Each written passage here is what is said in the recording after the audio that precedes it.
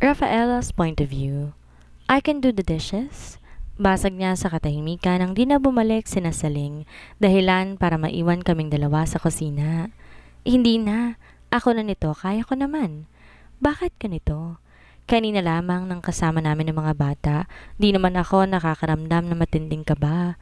Kanina kaya ko pa siyang sulyapan pero ngayon, maliban sa hindi ko na yun kayang gawin, para din akong pinapaso dahil sa presensya niya. I know, turan niya. Baka lang isipin mong kinukuha kitang katulong kaya ka narito? Sinundan pa yon ng mahinang tawa. Nabitin sa ere ang basong hawak ko dahil sa narinig kasabay ng pagiging abnormal ng tibok ng puso ko.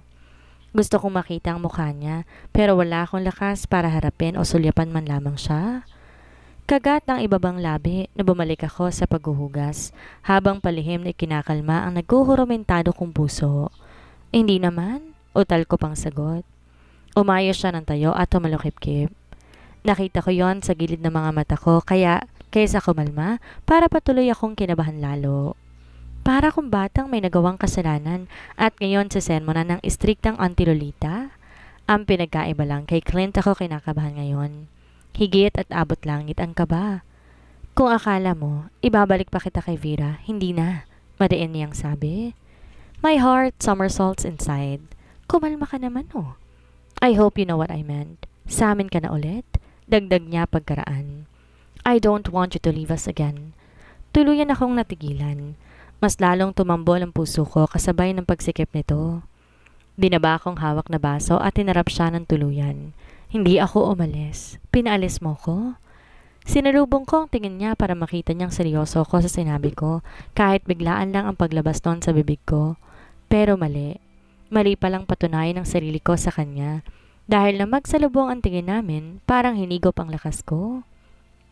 Dumagsa ang iba't ibang emosyon sa kanyang mga mata. Marinaw ang bawat isa pero sa sobrang dami noon wala akong mapangalanan. Maski ako, hindi ko magawang sabihin ang biglang emosyon na rumagasa sa sistema ko. Isa lang ang alam ko, mahal ko siya. Kaya nakakaramdam ako ng kakaibang kirot sa dibdib ko sa mga oras na to. Mahal ko pa rin siya, kaya para marinig mula sa kanya na iniwan ko sila, medyo masakit pala. Iniwan ko sila dahil wala akong pagpipilian kung di ang umalis dahil sinabi niya. Pero ayos lang yon. Pinilit kong umiti kahit nanginig pa ang sulok ng mga labi ko. May karapatan ka namang gawin yun eh. May nagawa akong masama at hindi ko nasabi sa iyong totoo kaya kahit na dapat sinubukan ko pa rin na naputo lang sasabihin ko nang lumapat ang isang malambot na bagay sa labi ko kasabay ng pagkabig sa bewang ko at pagtama ng katawan ko sa dibdib niya. My eyes widened when I realized he is pressing his lips to mine. Tila nawala lahat ng katinoan sa katawan ko nang maramdaman kong gumalaw ang labi niya. Dahan-dahang gumalaw ang kanyang mga labi para sa isang mainit na halik. Mas lalo niya pa akong kinabig palapit kasabay ng paggalaw ng kanyang labi para lang angkinin ang akin. Pain knocked in my heart but beat and happiness filled it. Magulo ang nararamdaman ko pero nang magpatuloy ang paghalik niya, tuluyan akong pumikit.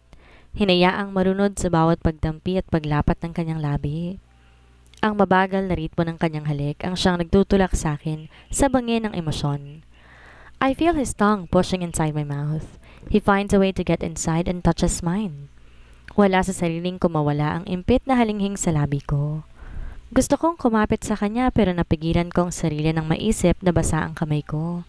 Natatakot akong maubusan ng lakas pero dahil yakap niya ang bewang ko, nagtiwala kong di niya ako hahayaang mabuwal sa kinatatayuan. Lumayo lamang ang labi niya nang pareho na kaming naghahabol ng hininga.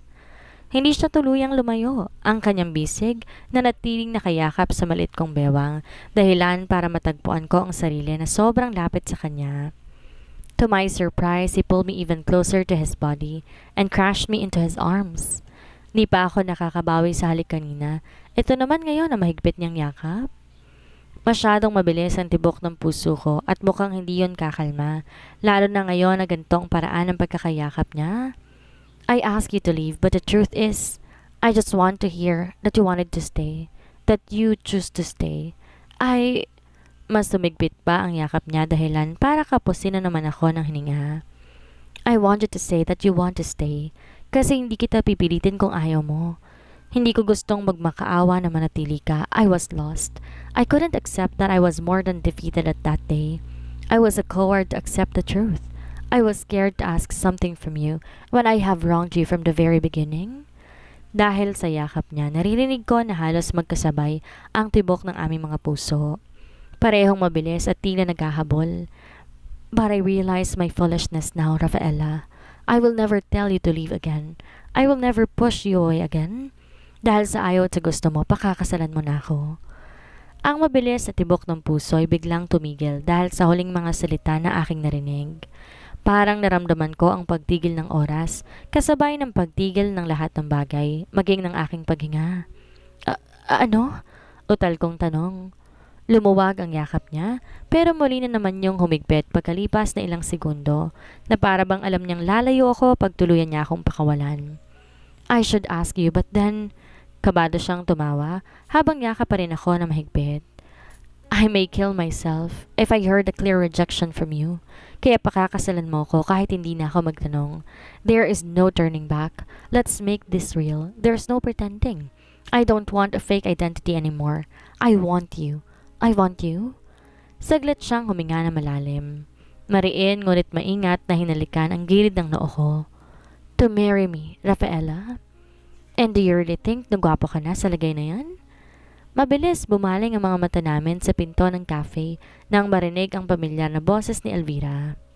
Napangiwi agad kami nang makita ang malakas na pagsipa ni Elvira sa paa ni Primo, dahilan para mapayuko ang lalaki at hawakan ang parting nasipa ni Elvira. Mukhang nagulat si Primo, di nakapaghanda sa ginawa ng babae, kaya napaaray na lamang at nagpigil dahil sa lakas na pagsipa ni Elvira. Pwisit ka talaga. Malakas na sigaw ni Elvira at tinalikuran to. Nagmamarchang pumasok ang babae sa pinto ng cafe. Lukot ang kanyang mukha at namumula ang leeg at pisngi, tila sasabog na bulkan dahil sa matinding galit. Si Primitivo ay malakas na nagmura bago inindang sakit para lang sundan ang babae sa loob ng cafe.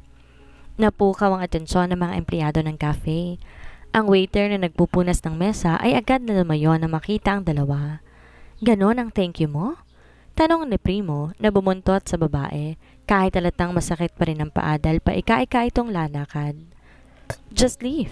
Pagtataboy naman ni Elvira. Nilibot ni Elvira ang kanyang mga mata para hanapin ang aming pwesto. Nang makita niya kami, mas bumilis ang lakad niya papunta sa mesa namin para tuluyang makalayo kay Primo. Ngunit sumunod pa rin ang lalaki. Ang aga niyo naman, malamig niyang tanong. No, we came on time. Na-late ka lang. Ngumiti si Cleopatra na siyang sumagot kay Elvira. Kagaya ng sabi niya, sakto lamang ang dating namin. Hindi pa siguro nagsasampung minuto simula nang dumating kami sa cafe. Nagtaas ng kilay si Elvira sa amin. Ganon? Akala ko masyado kayo maaga. She lazily rolled her eyes. By the way, I have prepared the hoy babae. Naputo lang sasabihin niya nang tumabi sa kanya si Primitivo at tinapik pa ng bahagya ang kanyang balikat. He is wearing a formal suit. A gray suit paired with classic brown shoes. Maganda ang kanyang tindig, matikas ang kanyang anyo at maganda ang hulma ng kanyang katawan. Naaamoy ko rin ang mamahaling niyang pabango. Napansin ko agad ang maliit na pasa sa gilid ng mukha ni Primo. Di pa pala naghihilom ang pasa na yon kahit halos isang linggo na ang lumipas. Mukhang malakas nga ang suntok na iginawa ni Rexon. Vera! Primo impatiently called. Parang hangin na hindi pinansin ni Elvira si Primitivo. Dumiretso siya sa tapat na upuan ni Cleopatra at nilapag ang dala niyang bag. Patuloy niyang inignora ang binata. Nagsalubong ang makapal na kilay ni Primitivo na makita na hindi siya pinagtutuunan ng pansin ni Elvira. Tinitigan niya na matama ng babae at nagtagis ang bagang. Sorry, mabagal kasi yung driver eh. Si Elvira na nilabas mula sa kanyang dalang bag ang isang tablet. Rico Morido sent me the final look of your wedding gown last night. I like it. Di ako nagkamaling pinagkatiwala ko sa kanya ang design ng wedding gown. I really like his craftsmanship. He was able to finish the wedding gown within 3 months. Excelente! Mahusay si Elvira sa pag-iignora, lalo na ngayon na gusto niya na mainis lalo si Primitivo. Isang linggo na silang ganyan sa isa't isa, parang aso't pusa na palaging nagbabangayan, ngunit hindi rin naman mapaghiwalay. Kaysa isipin ang sinabi niya, bumaling ako kay Primitivo at tipid ng ngumiti nang mapatingin siya sa akin. Nagmamadali ka ba, Primo?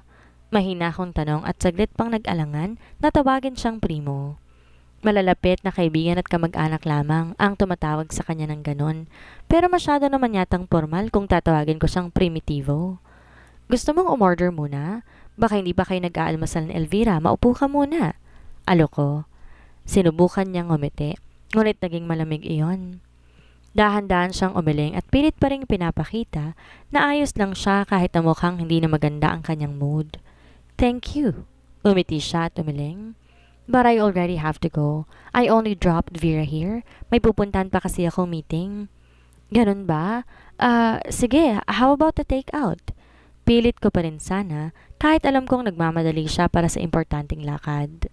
Umiling si Primitivo. He gave me a reassuring smile. Ayos lang, Rafaela. I have to go. Please, keep an eye on her. Tiningnan niya si Elvira na ngayon lumingon na sa lalaki. Kaya kong sarili ko, Balboa. Di mo ko kailangan ibilin sa ibang tao. Aburidong saad ni Elvira. Ako nang bahala sa kanya, Primo. Agaw ko sa atensyon ng lalaki bago pa sila magkasagutan na naman. Huwag kang mag-alala. Hindi na namin papagulin masyado si Elvira. Pangako ko. Tumango si Primitivo saka ito nagpaalam ng tuluyan. Naglakad paalis ang lalaki samantala sumimangot lalo si Elvira at pinagdiskitahan na ngayon ang kanyang tablet. Did you already check the wedding cake, Cleo? Malamig niyang tanong pagkaraan. Si Cleopatra naman na sa tabi ko ay bumuntong hininga. Bago sumagot, Yes, Vera. And about the food preparation, nakausap ko na mag-cater sa reception. Nabarayan na yon kaya wala na ring problema.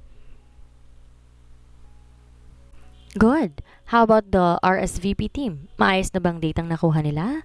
Yes. Mahinang sagot ni Cleo. How about the souvenirs? Na-deliver na ba? The dresses of the bridesmaid? Can you slow down a bit?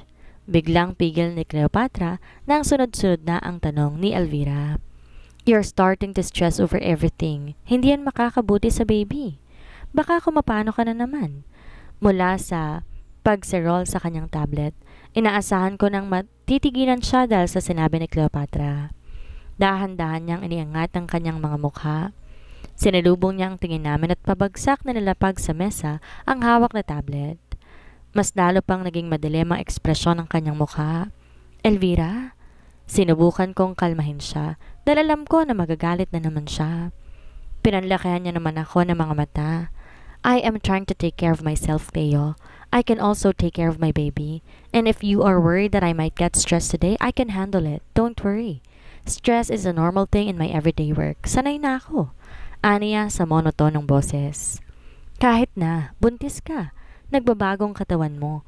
Mas lalo nagiging mahirap na mag-adjust ang hormones mo dahil sa stress. How about you rest first? Or we take this slow? Mahinahon ang saad ni Cleopatra. Siguro nasanay na rin si Cleopatra na ganyan ang ugali ni Elvira. Noong hindi pa siya buntis, madalas na siyang magtaray.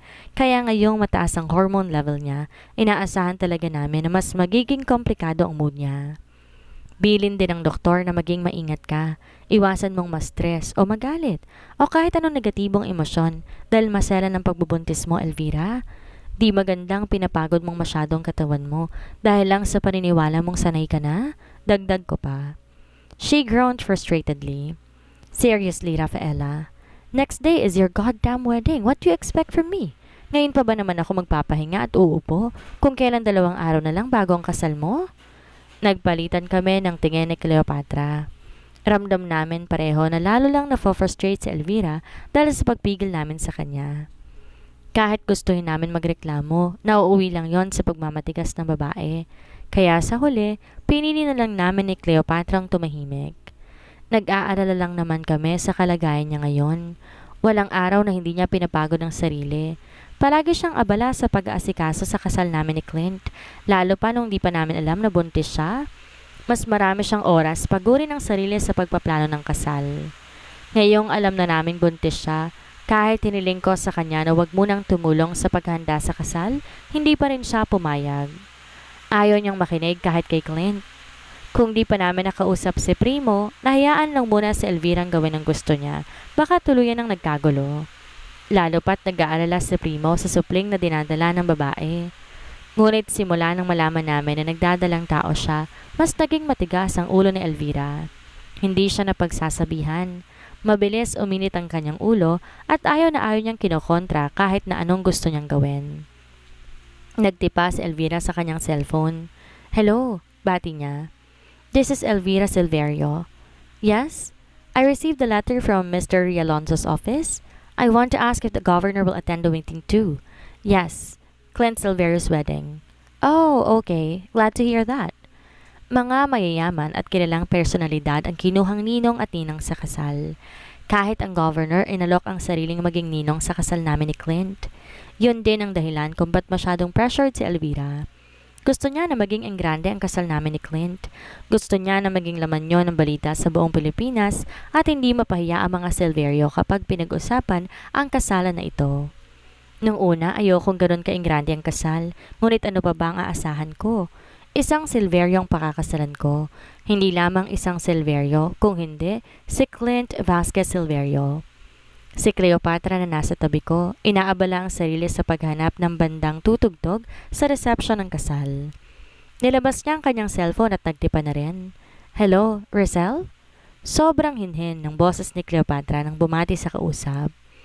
I remember your text message last night. Can you send me the outline of the program? Na-print na ba? At least send me a soft copy of it, please. Thank you. Oh yes. Yeah, sure. No worries. She chuckled softly. Sa totoo lang, sobra ako nagpapasalamat kay Elvira at Cleopatra sa lahat ng natulong nila para lang maging matagumpay ang paghahanda sa kasal na to. Hindi biro ang 3 buwang durasyon para paghandaan lahat ng kakailanganin sa kasal. Si Elvira at si Cleopatra naghanda sa lahat, mula sa malaking detalye hanggang sa pinakamaliit na detalye. Sila ang nagplano at nagtrabaho. Ang theme at motif ng kasal, ang mga pagkain, souvenirs at halos lahat ng bagay, sila ang nag-aasikaso. Hinihingi lamang nilang opinyon ko. Kapag pumayag na ako, sila na ang bahalang tumawag sa suppliers at magtatrabaho.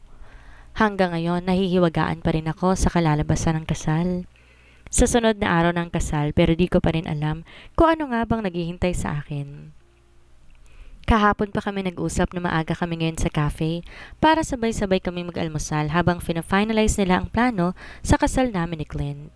Ang alam ko, nabayaran na ang lahat ng supplier, designer, organizer at ibang individual na tumulong sa paghahanda sa kasal.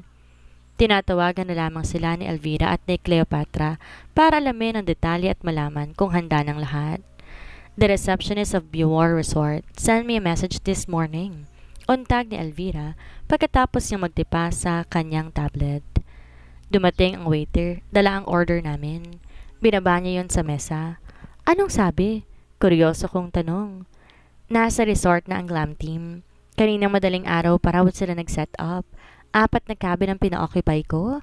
1 for the bride, 1 for the groom, and 2 separate cabins for the bridesmaids and groomsmen. Ngayong araw, ang pre-wedding pictorial namin ni Clint. Kasabay na yata ang pagkuha ng wedding video para sa kasal. Ayaw ni Elvira ang makompromiso ang rest day namin bukas. Gusto niya na makapagpahinga kaming lahat bago ang mismong araw ng kasal. Sabi niya pa, gusto niyang makapag-relax kami ni Cleopatra para masiguro na looking fresh kami sa araw ng kasal. Nasabihan mo na ba si Bella, Cleopatra? Baling ko sa babae. Tumango si Cleopatra at ngumiti. She's on her way now. Galing pa siya sa Prestino, pero I'm sure makakahabol naman siya. Mabuti naman, dahil si Elvira, Bella at Saling lamang ang personal kong kinuha na maging bridesmaids ko. Ang 4 na iba pa ay mga kaibigan at kakilala ni Elvira at ni Clint.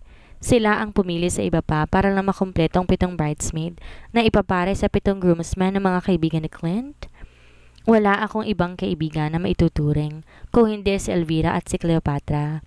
Si Sonia kahit kasambahay siya sa mansyon, kaibigan pa rin siya sa akin, kaya kinuha ko siyang bridesmaid. Akala ko talaga imposible na maayos na mapaghandaan ang kasal sa loob lamang ng 3 buwan. Masyadong maikli ang panahon na yon. Naalala ko pa ang araw kung kailan napag-usapan namin ang tungkol sa kasal. Alam ko na nagbibiro lamang sila sa panahon na ilalaan nila para paghandaan ang kasalan na ito. Are you really sure about this, Rafaela? Gulat pa rin si Elvira nang ibalita ko sa kanya ang tungkol sa pagpayag kong pakasalan si Clint. Wait! Tumayo siya. Sinalubong niya si Clint na galing sa kusina. Nag-propose ka agad kay Rafaela sa unang gabi niya rito, Kuya Clint? Hindi mo man lang niligawan muna. Naglakad si Clint papunta sa sofa at tumabi sa akin. Tiningnan niya si Elvira na ngayon nakapamewang na sa harap namin. Matanda na kami, Vera. Hindi ko na tatanungin si Rafaela kung pwedeng manligaw. Pwede naman itanong ko agad ang tungkol sa kasal. Hindi ko man naman ako tinatanong, sabat ko. Nilingon ako ni Clint. He smiled sheepishly. Kinuha niya ang kamay ko at marahan niyang pinisil. Agad naman na dumaloy ang kuryente sa katawan ko dahil sa ginawa niya. Sinubukan kong panatilihin ang blankong ekspresyon pero mas lalo lang siyang ngumiti na makitang natigilan ako. Pero pumayag ka na, paalala niya. Enlighten me, please. He did not ask me to marry him, Rafaela. Ano yun? Tinakot ka ni Kuya Clint? Tumingin kami ni Clint kay Elvira na ngayon mas sumapa rin ang timpla ng mukha. Hindi naman, nahihiya akong sagot. Hindi siya nagtanong kung pwede ko siyang pakasalan. Hindi niya rin ako tinakot para lang pumayag ako magpakasal. Mahal ko si Clint. Malinaw na ngayon ang nararamdaman ko sa kanya. Hindi niya na kailangan pang takutin ako dahil kusang loob akong magpapakasal sa kanya. I want to marry her after 3 months. Maybe that's enough to prepare everything we need for the wedding. 3 months? That's hardly enough. I'm sure you want to marry Rafael at the church, right? Imposibleng sa 3 buwan, maayos na lahat ng gusto mo? Why? How long would it take? Kunot noong tanong ni Clint. 6 months at least? Nagtaas ng kilay si Elvira. 6 months? Ang tagal naman. Why? Don't you want to give her the best wedding, Kuya Clint? Lumingon si Clint sa akin. Sinubukan kong wag siyang tingnan. Ayoko na makita niya ang pamumula ko. Hindi ko alam kung anong definisyon ng best wedding para kay Elvira dahil kung ako ang tatanungin, magiging best wedding lamang iyon kung si Clint ang pakakasalan ko. Kahit simple lang basta totoo, kahit hindi ang grande, ang mahalaga, tunay at hindi panaginip lang, hindi katang-isip lang. Baka naman minamadali mo si Rafaela dahil hanggang 3 buwan lang kayang itagal ng gayumang nabili mo. Napuno ang tuwa ni Clint sa buong sala. Nakita kong natawa si Manang Olga sa hindi kalayuan. Mukhang naririnig niya ang usapan ng magpinsan. I'm afraid I don't need love potion anymore, Elvira. Ngumiti si Clint sa pinsan. Umikot naman ang mga mata ni Elvira. Hindi ko lang gusto na pagtagalin pa ang kasal. Kung magagawa naman yun ang paraan para mapadali. I want to marry her 3 months from now. I don't care about the expenses. I can pay. I know. Agap na tugon, Elvira. Pero kahit ang wedding gown ni Rafaela, baka abutin ng 4 na buwan bago matapos. My heart skipped a beat. Kanina medyo nalilibang pa ako dahil mukhang di naman sila seryoso pero ngayon na binabanggit na ni Elvira ang mga bagay na may koneksyon sa kasal, bigla na lamang akong kinabahan. Nanlamig din ang mga kamay ko. Naramdaman kong pinisil iyon ni Clint ng marahan. But I can't wait, Vera. Mahinang saad ni Clint. I already want to marry her and make her my wife. I want her to call herself Mrs. Silverio. I want to own her. I want to legally bind our hearts and soul.